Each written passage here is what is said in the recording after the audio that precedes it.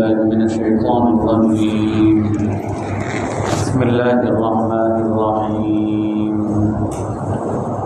يا أيها الرسول بلغ ما أنزل إليك من ربك وإن لم تفعل فما بلغت رسالته والله يعصمك من الناس إن الله لا يهدي القوم الكافرين.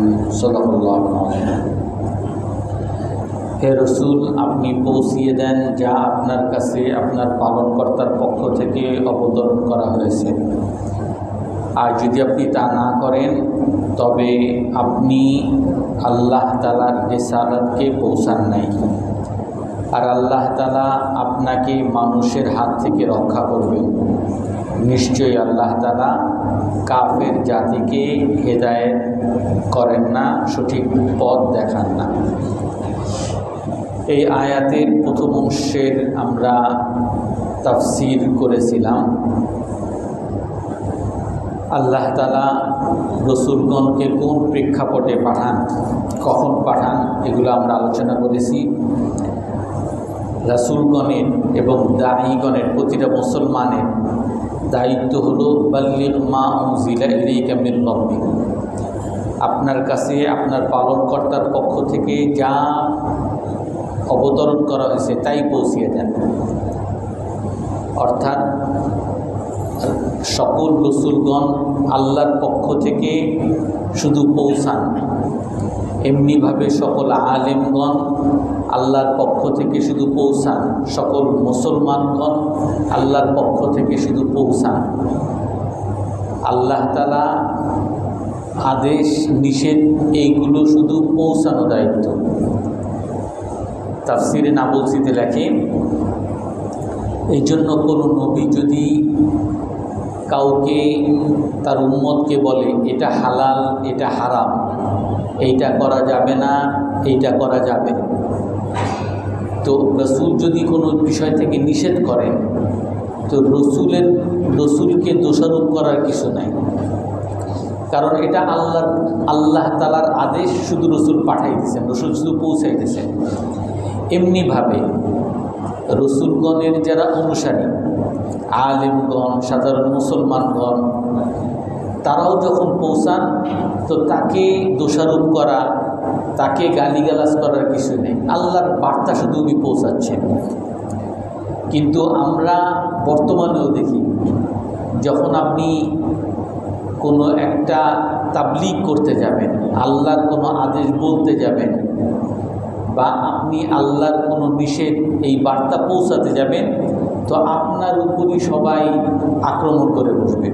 আপনি যদি বলেন ভাই আপনি সিগারেট খান, এটা তো আপনার শরীরের জন্য ক্ষতিকর, আল্লাহ তাআলাও নিষেধ করছেন, তো সে কি আপনার উপরে খুব খুশি হবে? খুশি হবে না, বরং রাগ হবে যে আমি তোমার চেয়ে কম বুঝি না, আমি তোমার চেয়ে অনেক ভালো বুঝি, তুমি তোমার মতো কাজ করো। আপনি যদি কাউকে বলেন যে ভাই ঘুষ খায়েন না, ভাই সুদ খায়েন না, ভাই মানুষকে ঠকায়েন না, ভাই ব্যভিচার করেন না, ভাই অবৈধ নারীর সাথে মেলামেশা করেন না, নাটক সিনেমা দেখেন না, কেউ কি আপনার এই কথা কি খুব সাদরে গ্রহণ করবে? স্বাগত জানাবে, বরং আপনারা গালিগালাজ করবে।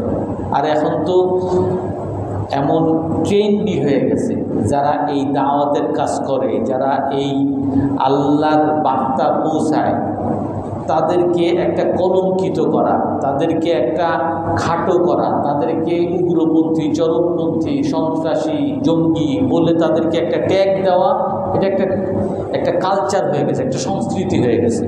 আর এই জন্য দেখবেন অধিকাংশ এই যে নারীবাদী যারা, সকলে গণহারে বলবে যে যত হুজুররা, যত আলেম ওলামারা, এরা সবাই নারী বিদ্বেষী। অথচ এরা তাদের স্ত্রী আছে, তাদের সংসার আছে, তাদের স্ত্রীর সাথে তার খুব ভালোবাসা, হৃদ্যতাপূর্ণ সম্পর্ক। কোনোদিন কোনো হুজুরের বউ তালাকপ্রাপ্ত হয় না বা ছাড়াছাড়ি হয়ে যায় না, সুখে সমাজ করে, সুখী তারা সংসার করতেছে। কিন্তু হুজুররা হইল গিয়ে নারী বিদ্বেষী, হুজুররা নারীদের দেখতে পারে না, আলেম ওলামারা নারী দেখতে পারে না, নারী বিদ্বেষী একটা কমন। এটা কেন? কারণ উনি আল্লাহর বার্তাকে পৌঁছাচ্ছেন। এখানে আরও একটা বিষয়, বাল্লিগ মা উনজিলা ইলাইকা মির রাব্বিক, আপনার কাছে যা অবতরণ করা হয় তাই আপনি পৌঁছিয়ে দেন। ওয়া ইল্লাম তাফআল, যদি আপনি তা না করেন, যা আপনার কাছে অবতরণ করেছে তাই যদি না পৌঁছান, ফামা বাল্লাগতা রিসালাতা, তাহলে আপনি আল্লাহ তাআলার রিসালাতকে পৌঁছান নাই। আল্লাহর কত কঠিন ভাষা। তার অর্থ হলো আল্লাহর সকল আদেশকেই আপনাকে বলতে হবে, রাসূলের সকল আদর্শকেই আপনাকে বলতে হবে। যে আমি সিনেমার কথা বলবো, নাটকের কথা বলবো, সবাই তো দেখে, এখন এগুলো বললে তো মানুষ আমার কথা শুনতে চাবে না, বলবে হুজুর বেশি গোরামি করে, তো এই কথা বাদ দিই। এখন সবাই সুদ খায়, সুদের কথা বাদ দিই। সবাই ঘুষ খায়, ঘুষের আলোচনা, ঘুষের বয়ান বাদ দিই। যে তারা যেগুলা খুশি হয় এইগুলা বলি। তো এইরকম যদি কেউ মনে করে বা এইরকম যদি কেউ করে, তাহলে সরাসরি আল্লাহর ধমকি যে আপনার কাছে যা প্রেরণ করা হয়েছে তাই আপনি পৌঁছিয়ে দেন। আপনি যদি তা না করেন, আপনি পৌঁছান নেই। আপনি এরকম কিছু বলবেন, কিছু ছাড়বেন, এর দ্বারা কখনো তাবলীগ হবে না। আপনি শুধু আসমানের উপরে আর জমিনের নিচে তার বয়ান করবেন, আর আপনার বাজারের কি খবর, সংসারের কি অবস্থা, পারিবারিক জীবনের কি অবস্থা, আপনার চাকরি জীবনের কি অবস্থা, রাষ্ট্রীয় জীবনের কি অবস্থা, কিছুই আপনি বললেন না। যে হুজুর এইগুলা বলবেন না, এইগুলো সরকার বিরোধী কথা, এইগুলা বলবেন না, এইগুলোর দ্বারা মানুষ রাগ হয়। আপনি শুধু আসমানের উপরের কথা বলবেন আর জমিনের নিচের কথা বলবেন। যদি কেউ এরকম দাওয়াত দেয়, সে কি কখনো দাওয়াতের তার উপরে যে দায়িত্ব, এই দায়িত্ব কখনো পালন করবে? কখনো পালন করবে না। তাফসীরে ইবনে কাসিরের মধ্যে আসে, এক ব্যক্তি হযরত ইবনে আব্বাস রাদিয়াল্লাহু তাআলা আনহুর কাছে আসছে। হে ইবনে আব্বাস, ইনদাকুম আশিয়া লাম ইউবদিহা রাসূলুল্লাহ সাল্লাল্লাহু আলাইহি ওয়াসাল্লাম ইল্লা ইলাইহি। আমাদের সমাজের মধ্যে অনেক বিশ্বাস আছে, ওনারা গোপন সবক দেয়, যে এই সবক শুধু গোপনে দিছি, তুমি আমার খাস মুরিদ, তোমারই শুধু দিছি, আর কেউ দেয়নি। এরকম অনেকে বিভিন্ন রকম হুজুরের কাছ থেকে আমি গোপন জিনিস শিখছি, রহস্য শিখছি, যেগুলো তোমাদেরকে বলা যাবে না। আমি ইসমে আজম শিখছি, যেগুলো তোমাদেরকে বলা যাবে না। এরকম একটা প্রচলন আছে। তো হযরত আব্দুল্লাহ ইবনে আব্বাস রাদিয়াল্লাহু তাআলার কাছে এক ব্যক্তি আসছেন, এসে বলতেছেন যে রাসূলুল্লাহ সাল্লাল্লাহু আলাইহি সাল্লাম আমাদের কাছে যা পৌঁছাইছেন এগুলো তো আমরা জানি, কিন্তু আপনারা তো রসুলের বংশধর, আপনি তো রসুলের আত্মীয়, রসুলের চাচাতো ভাই, তো আপনার কাছে এমন কি গোপন জিনিস আছে যেইগুলো রসুল সাল্লাল্লাহু আলাইহি সাল্লাম সবার কাছে প্রকাশ করেন নাই, এগুলো একটু বলেন। তখন আব্দুল্লাহ ইবনে আব্বাস রাদিয়াল্লাহু তাআলা আনহু বলেন যে দেখো, রসুল সাল্লাল্লাহু আলাইহি ওয়াসাল্লাম আমাদের কাছে কোনো গোপন জিনিস বলেন নেই। রসুলের কাছ থেকে আমরা কোনো উত্তরাধিকারও পাইনি। আমরা উত্তরাধিকার যদি পেয়ে থাকি, যেটা সকল উম্মত পেয়েছে সেটাই আমরা পেয়েছি, অর্থাৎ কোরআন এবং হাদিস। এটা যেমন সকলের কাছে রসুল সাল্লাল্লাহু আলাইহি ওয়াসাল্লাম পৌঁছেছেন, আমাদের কাছেও পৌঁছেছেন। হযরত আলী রাদিয়াল্লাহু তাআলা আনহুর এরকম বর্ণনা আসছে, তাফসীর ইবনে কাসিরের মধ্যে আসছে। একজন লোক আসছে, হে আলী রাদিয়াল্লাহু তাআলা, আপনার কাছে গোপন কি বলছে, আমাদেরকে একটু বলেন। তখন হযরত আলী রাদিয়াল্লাহু তাআলা আনহু বলেন, যদি কেউ বলে যে রাসূল সাল্লাল্লাহু আলাইহি ওয়াসাল্লাম কোনো কিছু গোপন করছেন আর বিশেষ কোনো ব্যক্তির কাছে বলছেন, তাহলে তোমরা তাকে মিথ্যুক বলে দিবা। এই যে শিয়া, এখন বর্তমানে যারা শিয়া আছে, এই শিয়াদের মধ্যে অনেক একটা বিশ্বাস আছে যে রাসূল সাল্লাল্লাহু আলাইহি সাল্লামের অনেক গোপন জিনিস হযরত আলী রাদিয়াল্লাহু তাআলা আনহুর কাছে দিয়েছেন। তো আলী রাদিয়াল্লাহু তাআলা আনহু গোপন জিনিস তার ছেলে হুসাইন রাদিয়াল্লাহু তাআলা আনহু, হাসান রাদিয়াল্লাহু তাআলা আনহুর কাছে দিয়েছেন। ওনারা ওনার ছেলে আলী, এরকম 12 ইমামের কাছে গোপন জিনিস দিয়েছেন। এমনকি অনেক শিয়াদের মধ্যে এমনও মতবাদ আছে যে কোরআনের এখন যেটা আমাদের সামনে আছে, এইটা হলো আসল কোরআনের 80 ভাগের 20 ভাগ, 100 ভাগের 20 ভাগ, আর 80 ভাগ গোপন আছে। আর এই গোপন কার কাছে? ওই হযরত আলী রাদিয়াল্লাহু তাআলার কাছে দিয়েছে। হযরত আলীর কাছে, বিভিন্ন ইমামের কাছে, সর্বশেষ মাহদি মুনতাজির, তারা আমরা যেমন ইমাম মাহদির অপেক্ষায় আছি, রাসূল সাল্লাল্লাহু আলাইহি ওয়াসাল্লাম বলেন শেষ যুগে মাহদি আসবে, তারা বলে যে শেষে একজন লুকানো এক ইমাম আছে, সেই ইমামের কাছে এই গোপন জিনিস আছে, উনি এসে এইগুলো প্রকাশ করবেন। এগুলো সব ভ্রান্ত ধারণা। তাফসীর ইবনে কাসিরের মধ্যে আসছে, আয়েশা রাদিয়াল্লাহু তাআলা বলেন, লাউ হাদ্দাসাকা আন্না রাসূলুল্লাহ সাল্লাল্লাহু আলাইহি ওয়াসাল্লাম কাতামা শাইআন ফাকাযিবুহু, যদি তোমাদেরকে কেউ এই হাদিস বর্ণনা করে, এই কথা যদি কেউ বলে রাসূল কোনো জিনিস গোপন করছেন, তাহলে তোমরা তার সাথে সাথে তাকে মিথ্যা বলবে। অর্থাৎ রাসূলুল্লাহ সাল্লাল্লাহু আলাইহি সাল্লামকে আল্লাহ তাআলা বলতেছেন, বাল্লিগ মা উনজিলা ইলাইকা মির রাব্বিক, আপনার কাছে যা অবতরণ করা হয়েছে তাই আপনি পৌঁছিয়ে দেন। ওয়া ইল্লাম তাফআল, যদি আপনি তা না করেন, ফামা বাল্লাগতা রিসালাতা, আপনি আল্লাহর রিসালাতকে পৌঁছান নাই। অথচ আমরা সবাই জানি বিদায় হজের মধ্যে রাসূল সাল্লাল্লাহু আলাইহি ওয়াসাল্লাম সকল সাহাবীদের সামনে, প্রায় 1,20,000 সাহাবীর সামনে সবার কাছ থেকে রাসূল সাল্লাল্লাহু আলাইহি ওয়াসাল্লাম এই কথার সাক্ষী নিয়েছেন, আল্লাহ হাল বাল্লাগতু, আমি কি আল্লাহর রিসালাতকে পৌঁছাইছি তোমাদের কাছে? রাসূল সাল্লাল্লাহু সবার কাছে জিজ্ঞাসা করছেন, আমাকে যে আল্লাহ তাআলা কোরআন এবং হাদিস পৌঁছানোর যে দায়িত্ব দিয়ে পাঠাইছেন, আমি কি এই দায়িত্ব পূরণ করছি?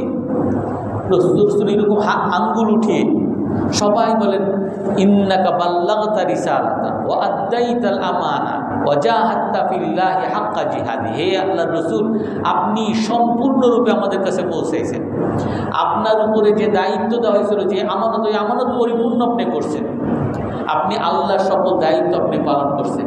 রাসূল সাল্লাল্লাহু আলাইহি ওয়াসাল্লাম তখন আঙ্গুল উঁচিয়ে এভাবে বলেন, আল্লাহুম্মা শাহাদ, আল্লাহুম্মা শাহাদ, হে আল্লাহ আপনি সাক্ষী থাকেন, হে আল্লাহ আপনি সাক্ষী থাকেন। অর্থাৎ রাসূল সাল্লাল্লাহু আলাইহি ওয়াসাল্লামের উপরে যে দায়িত্ব যা আছে সব পৌঁছিয়ে দেওয়া, এইটা যে পৌঁছাইছেন সকলের কাছ থেকে সাক্ষী দিয়েছেন, যাতে রাসূল সাল্লাল্লাহু আলাইহি ওয়াসাল্লামের আল্লাহ তাআলা যে ধমকি দিয়েছেন, ইল্লাম তাফআল, যদি আপনি তা না করেন, আপনার কাছে যা প্রেরণ করাইছে এগুলো যদি না পৌঁছান, ফামা বাল্লাগতা রিসালাতা, আপনি আল্লাহর রিসালাতকে পৌঁছান নাই। আমরা এই ব্যাপারে গত সপ্তাহে একটা ঘটনার কথাও বলছিলাম।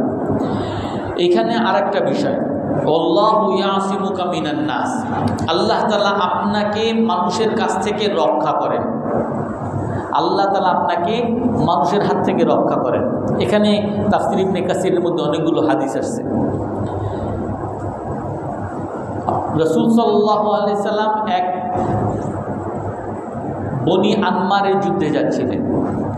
বনি আনমারের যুদ্ধে একটা জায়গায়, একটা বাগানের মধ্যে ওনারা প্রতিমধ্যে তাঁবুটা নিয়েছেন বিশ্রামের জন্য। তো তাঁবু টানানোর পরে সাহাবায়ে কেরাম বলেন, আমরা কোনো এক জায়গায় গেলে সবচেয়ে বড় যে গাছটা, ওই গাছটা রাসূল সাল্লাল্লাহু আলাইহি সাল্লামকে আমরা দিতাম, যাতে ওইখানে একটু উনি ছায়ায় আরাম করতে পারেন। রাসূল সাল্লাল্লাহু আলাইহি সাল্লাম সেই গাছের নিচে আরাম করতে শুয়েছিলেন। তো এই সময় গাওরাস ইবনুল হারিস, একজন কাফের, উনি ওনার জাতিকে বলতেছেন, আমি রাসূলকে হত্যা করবো, লা আকতুলান্না, তুমি কেমনে হত্যা করবা, দেখো তোমরা। উনি রাসূলের কাছে আসছেন, এই তাঁবুর সাহাবায়ে কেরাম যেখানে তাঁবুটা নিয়েছেন সবাই বিশ্রাম করতেছিলেন। ওই সময় রাসূল সাল্লাল্লাহু আলাইহি সাল্লামের গাছের নিচে আসছেন, রাসূল ঘুমাইতেছিলেন আর রাসূলের তরবারিটা গাছের মধ্যে ঝুলিয়ে রাখছেন। ওই গাওরাস ইবনুল হারিস সে রাসূলের তরবারি হাতে নিয়েছেন। রসুলের তরবারি হাতে নেওয়ার পরে মাইয়ামনাউকা মিন্নি, রসুলের সামনে এইভাবে তরবারি নিয়ে গর্বের সাথে বলতেছে, তোমাকে আমার হাত থেকে কে বাঁচাবে, আমি তোমার হত্যা করব, তোমাকে কে বাঁচাবে? তো রসুল সাল্লাল্লাহু আলাইহি সাল্লাম ঘুম থেকে উঠে যখন দেখছেন তার হাতে তরবারি, স্বাভাবিকভাবে বলতেছেন, আল্লাহ, আল্লাহ আমাকে বাঁচাবেন। আবার সে বলে, মাইয়ামনাউকা মিন্নি, আমার হাত থেকে তোমাকে কে বাঁচাবে? রাসূল সাল্লাল্লাহু আলাইহি ওয়াসাল্লাম উত্তর দিয়েছেন, আল্লাহ, আল্লাহ আমাকে বাঁচাবেন। আবার বলতেছেন, মাইয়ামনাউকা মিন্নি, আজ তোমাকে আমার হাত থেকে কে বাঁচাবে? রাসূল তখনও বলছেন তৃতীয়বার, আল্লাহ। যখন বলছেন, ওই লোকের হাত কাঁপতে কাঁপতে হাত থেকে তরবারি পড়ে গেছে, আতঙ্কিত হয়ে হাত থেকে তরবারি পড়ে গেছে। তো যখন তরবারি পড়ছেন তখন তাকে বলতেছেন রাসূল সাল্লাল্লাহু আলাইহি ওয়াসাল্লাম, তারপরে তরবারি উঠিয়ে বললেন, তোমাকে এখন কে বাঁচাবে? উনি আর কোনো কথা বলেন না। তারপর রাসূল সাল্লাল্লাহু আলাইহি ওয়াসাল্লাম তাকে দাওয়াত দিলেন যে তুমি যদি ইসলাম গ্রহণ করো, আল্লাহকে যদি তুমি মানো, আল্লাহর উপরে যদি বিশ্বাস আনো, তাহলে তুমি দুনিয়া এবং আখিরাতে সফলতা লাভ করবে। যখন দাওয়াত দিয়েছেন সে ইসলাম গ্রহণ করছে। এরকমই আর একটা ঘটনা তাফসীর ইবনে কাসিরের মধ্যে আসছে। এক লোক রাসূল সাল্লাল্লাহু আলাইহি ওয়াসাল্লামের কাছে এসে বলতেছেন যে, আপনার তরবারিটা একটু দেখি, তলোয়ারটা একটু দেখি। তো রসুল তরবারি দিয়েছেন। তো তরবারি দেওয়ার পরে সাথে সাথে তরবারি বের করে বলে, এখন তোমাকে আমি হত্যা করব। রসুল সাল্লাল্লাহু আলাইহি ওয়াসাল্লাম বলেন যে তুমি আমাকে হত্যা করতে পারবা না। তো সে বলবে আমার হাতে তরবারি, আমি তোমাকে কেন হত্যা করতে পারবো না, আমি তোমাকে এখনই হত্যা করবো। রসুল বলতেছেন তুমি আমাকে হত্যা করতে পারবা না। তৃতীয়বার বলছেন, রসুল বলেন তুমি হত্যা করতে পারবে না। ওই ব্যক্তি এমন আতঙ্কিত, এমনই হয়ে গেছেন, তাফসীর ইবনে কাসিরের মধ্যে আছে ইন্দাসারা দিমাগু, তার স্ট্রোক করে ফেলছে। একটা আতঙ্কে এমন আতঙ্কিত হয়েছে যে স্ট্রোক করে উনি ওইখানে মাটির মধ্যে লুটিয়ে পড়ছেন। আরও একটা ঘটনা আছে, রসুল সাল্লাল্লাহু আলাইহি ওয়াসাল্লাম একবার সফরে যাচ্ছেন, এক লোককে দেখছেন এরকম পেট মোটা, অনেক পেট মোটা লোক। তো রসুল তার পেটের মধ্যে গুঁতা দিয়ে বলতেছেন যে লাউকান হাযা ফি মাকানিন গায়রি হাযা লাকানা খায়রুল লাক। পেট এরকম মোটা, ওইটা রসুলের গুঁতা দিয়ে বলেন যে তোমার এইটা এই স্থানের পরিবর্তে যদি অন্য জায়গায় হইতো তাহলে অনেক ভালো হইতো। অর্থাৎ এই যে পেট মোটা, এই পেটের মধ্যে যে বুড়ি নারী বুড়ি যা আছে এইগুলা এই গোশতগুলো যদি হাতে বা পায়ে অন্য জায়গায় যদি হইতো তাহলে তোমার শরীরে শক্তি আরও বেশি হইতো। তুমি এরকম খেয়ে খেয়ে ঘুমাইছো, অলসতা করছো, কোনো ব্যায়াম করো নাই, এই কারণে তোমার পেট মোটা হয়েছে। রসুল একটু তিরস্কার করে বলছেন।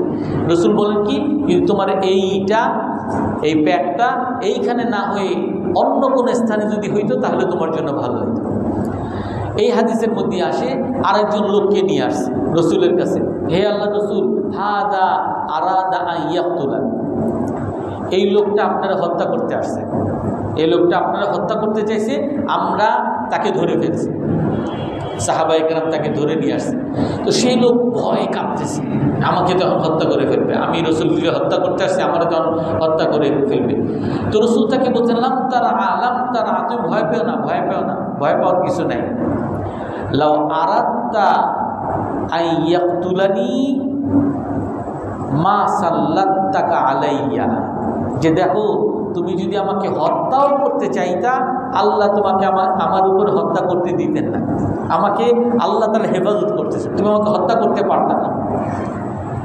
তো রাসূলুল্লাহ সাল্লাল্লাহু আলাইহি ওয়াসাল্লামের এই সকল ঘটনা দ্বারা এই আয়াতের তাফসীর হয় আল্লাহু ইয়াসিমুকা মিনান নাস, আল্লাহ তাআলা আপনাকে মানুষের হাত থেকে রক্ষা করবেন। আরেকটা তাফসীর আসছে বুখারী মুসলিমের হাদিস, রাসূল সাল্লাল্লাহু আলাইহি সাল্লামের একটা সময় অনেক কাফের মুশরিকদের আক্রমণ অনেক বেড়ে গেছে। রাসূল ঘরের মধ্যে আছে, ছোট ঘর, রাসূল যে ঘরে থাকতেন এক ঘরের মধ্যে শুধু দুইজন মানুষ, রাসূল আর হযরত আয়েশা, দুইজন শুধু পা লম্বা করে শুইতে পারতেন, এত ছোট ঘর, ছোট একটা ঘর, যে কেউ আসলে এটার মধ্যে ঢুকে আক্রমণ করতে পারে। রাসূল সাল্লাল্লাহু আলাইহি ওয়াসাল্লাম ঘুমিয়ে আছেন কিন্তু ঘুমাইতে পারতেছেন না। আরিকা রাসূলুল্লাহ সাল্লাল্লাহু আলাইহি ওয়াসাল্লাম, রাসূল ওলট পালট করতেছেন, ঘুমাইতে পারতেছেন না ভয়ের কারণে। তখন বলেন, হযরত আয়েশা রাদিয়াল্লাহু আনহা বর্ণনা করেন, লাইতা রাজুলান সালিহান ইয়াহরুসুনি, যদি কোনো একটা ভালো মানুষ আমাকে যদি একটু পাহারা দিত। রাসূল যে কোনো সময় মানুষ আক্রমণ করতে পারে, রাসূলকে হত্যা করার এরকম একটা আতঙ্ক কাজ করতেছিল, যার কারণে রাসূল ঘুমাইতে পারতেছেন না। তখন রাসূল বলতেছেন যে কোনো একটা ভালো মানুষ যদি আসতো আর আমাকে যদি একটু পাহারা দিত, আমি একটু ঘুমাইতাম। তখন আয়েশা রাদিয়াল্লাহু আনহা বলেন, রাসূল এটা বলে শুধু ওলট পালট করতেছেন, ঘুমাইতে পারতেছেন না, এর মধ্যে আমি অস্ত্রের ঝনঝনানি শুনলাম। তো অস্ত্রের ঝনঝনানি যখন শুনলাম তখন রাসূল মাথা বের করে বলেন, মান, কে তুমি? তখন উনি বলেন, আনা সাদ ইবনে আবি ওয়াক্কাস, আমি সাদ ইবনে আবি ওয়াক্কাস রাদিয়াল্লাহু তাআলা, আমি আসছি আনা উরিদু আন আহরুসাক, হে আল্লাহর রাসূল, আমি আপনার পাহারা দেওয়ার জন্য আসছি। এখন যেহেতু কাফেরদের আক্রমণ বেড়ে গেছে, তাদের আতঙ্ক বেড়ে গেছে, এই জন্য আমি আপনাকে পাহারা দিতে আসছি। তখন রাসূল সাল্লাল্লাহু আলাইহি ওয়াসাল্লাম তাকে ধন্যবাদ জানিয়ে হযরত আয়েশা রাদিয়াল্লাহু তাআলা বলেন, রাসূল সাল্লাল্লাহু আলাইহি ওয়াসাল্লাম তখন আরামে ঘুমিয়ে গেছেন, তখন আর কোনো টেনশন নেই, আরামে ঘুমাইছেন। তো এই আয়াতের পরিপ্রেক্ষিতে তখন এই আয়াত নাজিল হয়, আল্লাহু ইয়াসিমুকা মিনান নাস, আল্লাহ তাআলা আপনাকে মানুষের হাত থেকে রক্ষা করবেন। যখন এই আয়াত নাজিল হয় এই আয়াত তারপরে অনেক দিন এই রাসূল সাল্লাল্লাহু আলাইহি ওয়াসাল্লামকে পাহারা দিয়েছে, অনেক দিন পাহারা দিয়েছে। পাহারা দেওয়ার পরে আল্লাহ তাআলা এই আয়াত নাজিল করেন যে আল্লাহ তাআলা আপনাকে মানুষের হাত থেকে রক্ষা করবেন। এই আয়াত নাজিল হওয়ার পরে রাসূল সাল্লাল্লাহু আলাইহি ওয়াসাল্লাম, হযরত আয়েশা রাদিয়াল্লাহু তাআলা বলেন, রাসূল সাল্লাল্লাহু আলাইহি ওয়াসাল্লাম ঘর থেকে বের হয়ে যারা পাহারা দিয়েছেন, একদিন হযরত সাদ ইবনে আবি ওয়াক্কাস, আর এক বর্ণনা আছে সাদ ইবনে আবি ওয়াক্কাস আর হুযায়ফা, দুইজন, হুযায়ফা রাদিয়াল্লাহু আনহু, ওনারা পাহারা দিতে আসছেন। তারপর রাসূল বের হয়ে বলতেছেন যে তোমরা চলে যাও, আমার আর পাহারা দিতে হবে না, কারণ আসমানি আল্লাহ, আল্লাহ তাআলা আমার রক্ষা করার দায়িত্ব নিয়ে নিছে, আর আমার পাহারা দিতে হবে না, নিশ্চিন্তে ঘুমাইছে। তো এই আয়াতের এই ঘটনার পরিপ্রেক্ষিতে, ওই ঘটনাটাও বুখারী শরীফের মধ্যে আসছে, তাফসীর ইবনে কাসিরের মধ্যে আসছে। একজন বেলজিয়ামের একজন গবেষক, উনি এই আয়াত পড়ে এবং এই আয়াতের শানে নুজুল অবতরণ হওয়ার প্রেক্ষাপট বুখারী শরীফে পড়ে উনি মুসলমান হয়ে গেছে। কেন? উনি বলেন যে মানুষ অন্যকে ধোঁকা দিতে পারে কিন্তু নিজেকে ধোঁকা দিতে পারে না। মানুষ অন্যকে ধোঁকা দিতে পারে কিন্তু নিজেকে ধোঁকা দিতে পারে না। আপনি অনেক সময় হয়তো এমন হইতে পারে, আপনি জানেন যে এই ছাদটা ভেঙে যাওয়ার সম্ভাবনা আছে, বা এই ফ্যান, যে ফ্যানের নিচে ঘুমাইছেন, এই ফ্যানটা যে কোনো সময় ভেঙে পড়ে যেতে পারে, আপনাকে মিস্ত্রি বলছে, ভেঙে মাথার উপরে পড়তে পারে। আপনি এখন সাধারণত মানুষ কি করে, আপনি অন্য এক রুমে ঘুমান, এইখানে অন্য আরেকজনকে ঘুমাইতে দেয়, কারণ নিজে রিস্ক নিতে চায় না, অন্যের উপরে যান। আপনি অনেক সময় দেখবেন আপনি বাসে উঠতেছেন বা আপনি ট্রাকে উঠছেন, ওই রিস্কের জায়গাটা অন্যরে দেয়, নিজে রিস্কের জায়গায় যায় না। আর এটা যদি আমাদের ইসলামের ক্ষেত্রে আসে, অনেক মানুষকে দেখবেন, অনেক আলেম ওলামা বা যারা বয়ান করে, ওনারা বলবে যে আপনি যদি 5 ওয়াক্ত নামাজ আল্লাহর খুশি করার জন্য যদি পড়েন, আল্লাহ তাআলার খাজানা আপনার জন্য উন্মুক্ত করে দেবে, আল্লাহ তাআলা আপনার খাওয়ার ব্যবস্থা করে দেবে। সাহাবায়ে কেরামকে দিছে, আর আপনার আর কোনো চিন্তাই নেই, আপনার চাকরি বাকরির কোনো দরকার নেই, আপনি চাকরি বাকরি ছাড়া আপনি শুধু নামাজ পড়বেন। কারণ হাদিসেও আছে, রাসূল সাল্লাল্লাহু আলাইহি ওয়াসাল্লাম হাদিসেও বলছেন, এরকমই ভাষা আসছে, ওমান আরাদা আন যিকরি ফাইন্না লাহু মাঈশাতান দনকা, যে আল্লাহর জিকির থেকে বিমুখ হয় তার জন্য অভাবের জীবন তার জন্য আমি নির্ধারণ করেছি। আর মান আমিলা সালিহাম মিন যাকারিন আও উনসা ওয়া হুয়া মুমিন ফালানুহয়িয়ান্নাহু হায়াতান তাইয়্যিবা, যে পুরুষ নারী যারা ভালো কাজ করবে, আল্লাহকে মানবে, রাসূলকে মানবে, আমি তাকে সুখী জীবন দান করব, অভাব মুক্ত জীবন দান করব। আল্লাহ তাআলা কোরআনে কারীমের মধ্যে বলছেন। কিন্তু আমি বয়ান করতেছি যে আমি যদি দ্বীনের কাজ করি তাহলে আল্লাহ তাআলা আমাকে কোনো অভাব দিবেন না। আমি যদি দ্বীনের কাজ না করি, আমি যদি পাপে ঢুকি, তাহলে আল্লাহ তাআলা আমাকে সংকীর্ণ জীবন, কঠিন জীবন দান করবে। এটা আমি বয়ান করতেছি। আমি বয়ান করার পরেই যখন দেখি যে আমার চাকরি শেষ, আমার টাকা পয়সা যা ছিল এগুলোও শেষ, আমার একটা দোকান ছিল এটাও বন্ধ হওয়ার উপক্রম, এখন দোকানটা যদি চালাইতে হয় তাহলে আমার কমপক্ষে 1 লাখ টাকা ঋণ না পাইলে আমি এই দোকান আর চালাইতে পারবো না, আর দোকান যদি না চালাইতে পারি আমার সংসারও চালাইতে পারবো না। এইটা হলো বাস্তবতা, দেখতেছি। তখন আমি কি করি, যে ভাই ঋণ দেন না, ঋণ তো আপনার ফাও কেন ঋণ দিব, ঠিক আছে আপনার সাথে আমি শেয়ারে ব্যবসা করি, আমার যা লাভ হয় অর্ধেক অর্ধেক দিব, আপনি যদি লস করেন তাইলে লস করলে লস নেবেন, ভাই লস টস নিতে পারবো না, কেউ আপনারা ঋণ দিবে না, তাইলে কি করবেন, ঠিক আমি আপনার ঋণ দিতে পারি, আমারে 10% লাভ দেওয়া লাগবে, মানে সুদে আপনার টাকা দেওয়া লাগবে। আমি যেই এত বয়ান করছি, আমি যখন একটা বাস্তবতার সম্মুখীন হই তখন দেখা যায় আমি ওই সুদের টাকাই নিয়ে নিই। তখন আমার ওই কথা, কোরআনের কথা, যে তুমি যদি আল্লাহকে মানো, রসুলকে মানো, আমি তোমাকে সুখী জীবন দান করবো, অভাব মুক্ত জীবন দান করবো, ওই কথা আমি ভুলে যাই। আমি আরেকজনকে বয়ান করি, হুজুর আমারে একজনে বলছে, একজনে গেছে কিছু দিনদার পরিবেশে সেই ইমামতি নিছে। তো ওই ইমাম সাহেবরে বেতন দেয় না, 6 মাস হয়ে গেছে তারা নাকি বেতন দেয় না। তো বলছে যে আমার কোনো বেতন টেতন, বলে আপনি আল্লাহর কাজ করতেছেন, মসজিদে নামাজ পড়াইতেছেন, আল্লাহর কাজ করে আল্লাহর কাছ থেকে নেবেন, আল্লাহর খাজানার থেকে আপনি নেন, আপনি আমাদের কাছ থেকে বেতন চান কেন? তখন ওই ইমাম সাহেব বলে যে আমি আল্লাহর খাজানার থেকে নিব, তো আপনি দোকানদারি আজ থেকে বন্ধ করেন, আপনি আমার সাথে মসজিদে করেন, মুয়াজ্জিন হয়ে যান, আমরা দুইজনই আল্লাহর কাছ থেকে নিই। তা আপনার কেন দোকান লাগবে? না আমার দোকান আমি না বসলে তো দোকান হয়ে যাবে। তা আপনার চাকরি ছাড়েন, চাকরি ছেড়ে আসেন, দুজন আমরা তাবলিগে চলে যাই।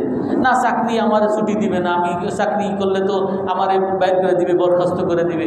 অর্থাৎ এই যে যারা বলে আল্লাহর কাছ থেকে নিবেন, তার নিজে যদি তাকে ওই অবস্থায় যদি ফেলা হয়, সে তখন বলবে না না না না, অর্থাৎ নিজেকে সে ধোঁকা দিতে পারবে না, মানুষকে ধোঁকা দিবে। অনেকে বর্ণনা করে বয়ান করবে যে এরকম অমুক জায়গায় রসুলের দুরূদ পড়ছে, তারপরে ওরস করছে, আর ওরস করে সে আকাশের উপর দিয়ে চলাফেরা করছে, সে মাঠে পানির উপর দিয়ে যায় না বিছায় এইবার থেকে ওইবারে গেছে, আমার পিসাব মরিদ সাপ অমুক অমুকে গেছে। ঠিক আছে ভাই, আপনার এই জায়গায় যদি ওরস করি, এখানে যদি সেজদা করি, তুই যাই আপনি আমার একটু এই পার থেকে ওই পারে যায় না বিছায় একটু যায় দেখেন, কেউ কোনো বিশ্বাবই করবে? ঠিক আছে আমি দেখাই দিছি, আমি এই পার থেকে ওই পারে যাই, কেউ করবে? অর্থাৎ এইগুলো যে ভাওতাবাজি করে, মানুষের ধোঁকাবাজি করে, নিজেকে যখন ওই জায়গায় ফেলা হয় সে তখন সেখানে পারবে না। এইটাই ওই বেলজিয়ামের ওই গবেষক সে বলে রাসূলুল্লাহ সাল্লাল্লাহু আলাইহি ওয়াসাল্লাম আল্লাহর উপরে কতটা বিশ্বাসী, উনি আতঙ্কিত, ঘুমাইতে পারতেছেন না যে কোনো সময় আক্রমণ হইতে পারে। আল্লাহ বলছেন কি, আল্লাহু ইয়াসিমুকা মিনান নাস, আল্লাহ আপনাকে মানুষের হাত থেকে রক্ষা করবে। তারপরে রাসূল সাল্লাল্লাহু আলাইহি ওয়াসাল্লাম পাহারাদারদেরকে কি বলেন, যে তোমরা সবাই বাড়িতে চলে যাও। কেন? আল্লাহ আমাকে রক্ষা করছেন। আল্লাহর উপরে রাসূল কি পুরো বিশ্বাস আছে নাকি নাই? পুরোপুরি বিশ্বাস যদি না থাকতো এই বয়ান মানুষের জন্য করতেন, নিজে এই অবস্থায় পড়তেন না। কিন্তু রাসূল সাল্লাল্লাহু আলাইহি ওয়াসাল্লাম নিজে আল্লাহর কথার উপরে এতটা বিশ্বাস, এটা প্রমাণ করে দেখিয়ে গেছেন। এই জন্য ওই বেলজিয়ামের উনি ওই গবেষক, সে এই আয়াত দেখে মুসলমান হয়ে গেছে। তাফসীর ইবনে কাসিরের মধ্যে এই প্রসঙ্গে সর্বশেষ কথা বলি, আল্লাহ তাআলা রাসূল সাল্লাল্লাহু আলাইহি ওয়াসাল্লামকে শুরু থেকে শেষ পর্যন্ত হেফাজত করছেন। প্রথমে এক বর্ণনা এমনও আছে, রাসূল সাল্লাল্লাহু আলাইহি ওয়াসাল্লাম যখন মক্কায় ছিলেন, তখন যখন দাওয়াত দেওয়া শুরু করছেন, তো কাফেররা তো সবাই রাসূলের বিরুদ্ধে, আবু জেহেল, আবু লাহাব, এরা সবাই তো উতবা সাইবা, সবাই রাসূলকে যেখানেই পাবে তাকে হত্যা করবে। কিন্তু ওই সময় আল্লাহ তাআলা রাসূলের পাশে আবু লাহাবকে দাঁড় করিয়ে দিয়েছেন। রাসূলের চাচা আবু লাহাব কাফের উনি, কিন্তু ওনাকে ওনার সহযোগী হিসাবে বানিয়ে দিয়েছেন। রাসূলের সাথে থাকতেন, অথবা রাসূলের সাথে কিছু পাহারাদার নিয়োগ করে রাখতেন। আবু লাহাবের গোত্রের কিছু লোককে দিতেন, রাসূলের সাথে থাকবা, যেখানে যায় বাজারে যাক যেখানে যাক তোমরা সাথে থাকবা, যাতে কেউ আক্রমণ করলে তোমরা ঠেকাইতে পারো, বডিগার্ড হিসেবে থাকবা। এই আবু লাহাবকে একদিন ওই তাফসীর ইবনে কাসির ওই বর্ণনা আসছে, রাসূল সাল্লাল্লাহু আলাইহি ওয়াসাল্লাম বলেন যে আমার আর পাহারাদার লাগবে না, কারণ আল্লাহ তাআলা আমাকে বলছেন আল্লাহ তাআলা আমাকে রক্ষা করবেন। ওই পাহারাদার সরিয়ে দিয়েছেন। তাফসীর ইবনে কাসিরের মধ্যে বলে যে হযরত আবু লাহাবের দ্বারা রাসূল সাল্লাল্লাহু আলাইহি ওয়াসাল্লামকে মক্কার জীবনে হেফাজত করছেন। যদি আবু লাহাব মুসলমান হয়ে যাইত, যেমন রসুলের চাচা আব্বাস রাদিয়াল্লাহু তাআলা মুসলমান হয়েছে, রসুলের বন্ধু আবু বকর রাদিয়াল্লাহু তাআলা বড় ব্যক্তি, উনিও মুসলমান হয়েছে, ওমর মুসলমান হয়েছে, কিন্তু আবু বকর ওমর এত বড় প্রভাবশালী হওয়ার পরও যখন মুসলমান হয়েছে, সকল কাফেররা কিন্তু আবু বকরকে মারছে, সকল কাফেররা কিন্তু ওমর রাদিয়াল্লাহু তাআলা কেউ মারছে। কিন্তু আবু লাহাবও যদি এরকম মুসলমান হইতো, সবাই আবু লাহাবকে কিন্তু মারত, তখন রসুলকে বাঁচানোর আর কেউ থাকতো না।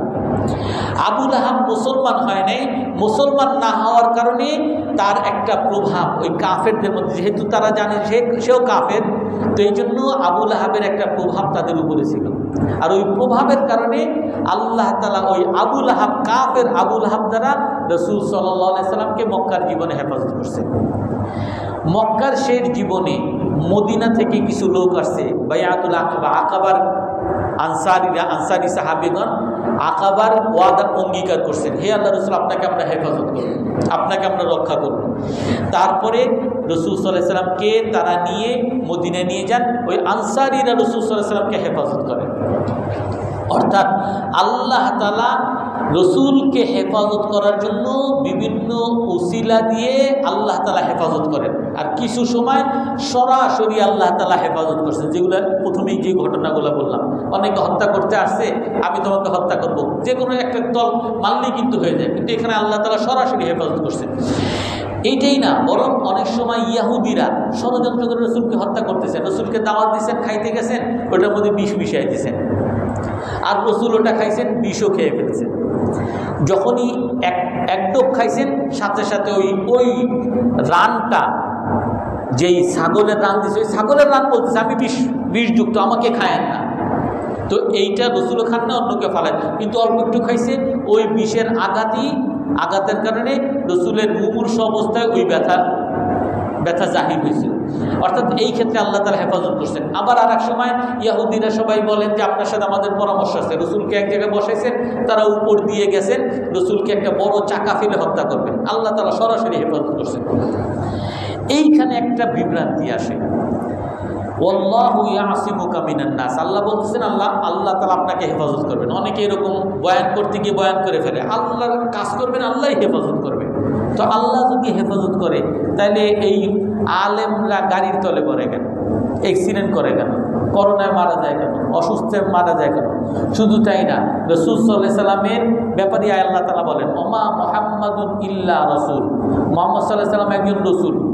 আফা ইম্মাতা আও কুতিলা কালাবতুম আলা আকাবিকুম, এই রাসূল মুহাম্মদ সাল্লাল্লাহু আলাইহি ওয়াসাল্লাম একজন মানুষ, আগে সকল রাসূলরা যেমন মারা গেছে, রাসূলও এরকম মারা যাবেন, মুহাম্মদ সাল্লাল্লাহু আলাইহি ওয়াসাল্লাম সেরকম মারা যাবেন। এখন এই মুহাম্মদ সাল্লাল্লাহু আলাইহি ওয়াসাল্লাম যদি মারা যায়, আও কুতিলা অথবা নিহত হয়, ইনকালাবতুম আলা আকিবাই, তাহলে কি তোমরা আবার কাফের হয়ে যাবা? আল্লাহ তাআলার আয়াত এগুলা, ওমা ইয়ানকালিব আলা আকিবাইহি ফালা ইয়াদুরুল্লাহা শাই, যারা আবার কাফের হয়ে যাবে তারা আল্লাহর কোনো ক্ষতি করবে না, নিজের ক্ষতি করবে। এই আয়াতের দ্বারা কি বোঝা যায়? রাসূল সাল্লাল্লাহু আলাইহি সাল্লাম একসময় মারা যাবেন, একসময় নিহত হবেন, আর নিহত হয়েছেনি, একসময় মারা গেছেনি। তো আল্লাহ তাআলা রাসূলকে বলছেন হেফাজত করবেন, তো রাসূল মারা গেলেন কেন? প্রশ্ন আসবে না এরকম? রাসূলকে আল্লাহ তাআলা হেফাজত করবেন বলছেন, রাসূল কেন মারা গেলেন? আর রাসূল যখন মারা গেছেন, সে সময় অনেক সাহাবীরা, এমনকি ওমর রাদিয়াল্লাহু তাআলা পর্যন্ত বিভ্রান্ত হয়ে গেছিলেন, যে বলবে রাসূল মারা গেছে আমি তাকে হত্যা করব, কারণ রাসূল মারা যেতে পারেন না। তখন আল্লাহ তাআলা বলেন, এই আয়াত আল্লাহ তাআলা আগে আয়াত নাযিল করছেন, তখন আবু বকর রাদিয়াল্লাহু তাআলা এই আয়াত পাঠ করছেন, ওমা মুহাম্মাদুন ইল্লা রাসূল কদ খালাত মিন ক্বাবলিহি রাসূল, মুহাম্মদ সাল্লাল্লাহু আলাইহি ওয়াসাল্লাম একজন রাসূল, আর আগের রাসূলরা সবাই মারা গেছেন, রাসূলও মারা যাবেন। তো এই দুইটার আপনার এই বিভ্রান্তি আপনি কেমনে সরাবেন? তো এই আয়াতের ব্যাখ্যার মধ্যে তাফসিরে নাবুলসিতে বলে আল্লাহ তাআলা আপনাকে রক্ষা করবেন, আল্লাহ তাআলার ওয়াদা। যদি আল্লাহ তাআলা, যদি রাসূল যদি মারা যাইতেন, তো আল্লাহর এই ওয়াদাটা, আল্লাহ তাআলার এই কথাটা মিথ্যা হয়। এর অর্থ কি? যে আল্লাহ তাআলা আপনাকে রক্ষা করবেন যতদিন আপনার দাওয়াত বাকি থাকবে, আপনি দাওয়াত দিতে থাকবেন, আপনি রিসালাতের কাজ করবেন, দাওয়াত দিতে থাকবেন, ততদিন আপনাকে আল্লাহ তাআলা রক্ষা করবেন। এই জন্য রাসূল সাল্লাল্লাহু আলাইহি ওয়াসাল্লাম মক্কার মধ্যে অনেক কাফের মুশরিকরা সবাই রসুলের বিরুদ্ধে গেছে দাওয়াত দেওয়ার কারণে, তাবলীগের কারণে। আল্লাহ তাআলা রসুলকে হেফাজত করছেন। রসুল মদিনায় যাওয়ার পরে সকল কাফের মুশরিকরা এসে খন্দকের যুদ্ধে সমূলে বিনাশ করতে আসছে, আল্লাহ তাআলা রসুলকে হেফাজত করছেন। রসুল সাল্লাল্লাহু আলাইহি ওয়াসাল্লামকে ওই রোমের সম্রাটরা তারা আসছে সকল মুসলিমদেরকে হত্যা করে ফেলবে, রসুলকে হত্যা করে ফেলবে, আল্লাহ তাআলা রসুলকে সেই সময় হেফাজত করছেন। অর্থাৎ যতদিন আপনি দাওয়াত দিবেন, এই দাওয়াতের কাজ বাকি থাকবে, আল্লাহ তাআলা আপনাকে রক্ষা করবেন। কিন্তু এই দাওয়াতের কাজ যখন শেষ হবে, আপনার জন্য যখন মৃত্যু লেখা হবে, আল্লাহ তাআলা যখন লিখে রাখছেন এই সময় আপনার মৃত্যু, এই সময় আপনার মৃত্যু হবে। সকলের ক্ষেত্রে যেমন মৃত্যু হবে, আপনার ক্ষেত্রেও মৃত্যু হবে। যেমন আল্লাহ তাআলা বলেন ইন্নাকা মাইয়িতু ওয়া ইন্নাহুম মাইয়িতুন, আপনিও মারা যাবেন, সকলেই মারা যাবেন। এই জন্য রাসূল সাল্লাল্লাহু আলাইহি ওয়াসাল্লামের জন্য যখন মৃত্যুটা নির্ধারণ করে রাখছেন, সেটা কোন সময় হবে? যখন দাওয়াতের কাজ শেষ হবে।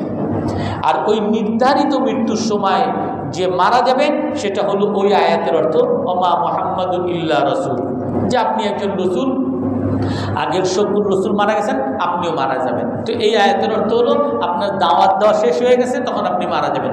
আর এই আয়াতের অর্থ হলো যতদিন আপনি দাওয়াত দিতে থাকবেন আল্লাহ তাআলা আপনাকে হেফাজত করবেন। আর এই জন্য এই ক্ষেত্রে আমাদের উপরও এইটা প্রয়োগ হবে যে আমরা যখন আল্লাহর কাজ করব, দাওয়াতের কাজ করব, তাবলীগের কাজ করব, আল্লাহ তাআলা আমাদেরকে হেফাজত করবেন। এমন হইতে পারে যে আমরা 100 জন গেছি, যুদ্ধ লাগছে, আমরা 100 জন আসছি, তারা হয়তো বা 500, 5000, 10,000 আছে, কিন্তু আল্লাহ তাআলা হয়তোবা এই 100 জনের মধ্যে আমি, আপনি 50, 60, 70 জন আল্লাহ তাআলা হয়তো শহীদ করবেন, কিন্তু সমূলে বিনাশ আল্লাহ তাআলা করবেন না।